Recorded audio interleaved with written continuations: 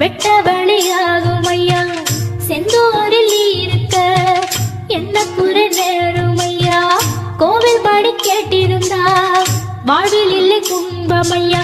வலையில் வந்து விழுந்திடணும் மீனு, விலை போனா பசிக்கு அது சோறு.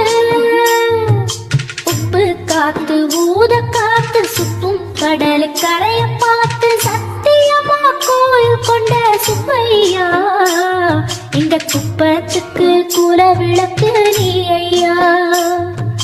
திருச்செந்தூர் ஆண்டவனே வேல் முருகா, தினம் உனக்கு நன்றி சொல்வோம்.